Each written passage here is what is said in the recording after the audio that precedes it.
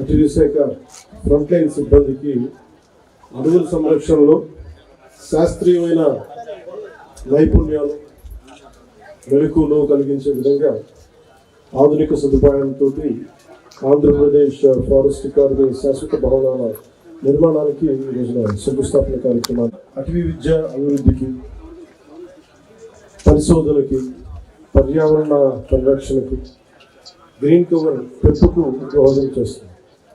గౌరవ ముఖ్యమంత్రి శ్రీ నారా చంద్రబాబు నాయుడు గారు క్యాబినెట్లో ఇచ్చిన ఆదేశం ఏంటంటే ఒక 50% మనకు 33% ఫారెస్ట్ కవర్ని చెయ్యాలి కనీసం అని. దాంట్లో 50% ఒక అంబిషియస్ గోల్ తీసుకున్నాం. సో ఆ గోల్ని సాధించడానికి ఈ పరిశోధనలు కానీ, ఎక్కువ మంది సిబ్బంది నైపుణ్యతను పెంచడానికి కానీ ఈ భవనాలు చాలా సహాయపడతాయి. అలాగే ఈ స్థానికంగా ఉపాధి అవకాశాలు కల్పిస్తూ భవిష్యత్తు తరాలకు చాలా ఒక కలుషితం లేని వాతావరణం ఉండాలి, దానికి అందించిన కీలక పాత్ర వహిస్తుంది. అలాగే ఈ ప్రాజెక్టుకి సహకరించిన గౌరవ ప్రధానమంత్రి శ్రీ నరేంద్ర మోదీ గారికి, కేంద్ర అటవీ శాఖ మంత్రి శ్రీ భూపేంద్ర యాదవ్ గారికి రాష్ట్ర ప్రభుత్వం తరఫున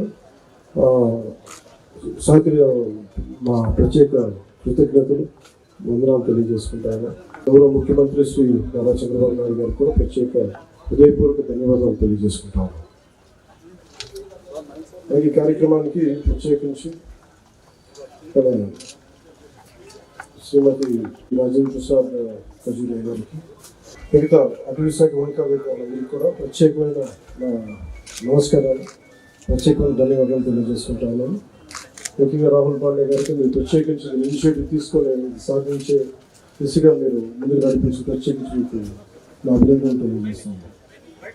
అలాగే ముందు నుంచి ఈ 3 కార్యక్రమంలో 3వ ప్రోగ్రాంగా పాల్గొన్న దాంట్లో జిల్లా ఇన్ఛార్జ్ మంత్రిగా అలాగే మరి పురంధేశ్వరి గారికి, సోమవీర్రాజు గారికి, శ్రీ ఆదిరెడ్డి శ్రీనివాస్ గారికి, గోరంట్ల పిచ్చచౌదరి గారికి, శ్రీ భక్తుల బలరామకృష్ణ గారికి, నల్లగల్లి రామకృష్ణారెడ్డి గారికి,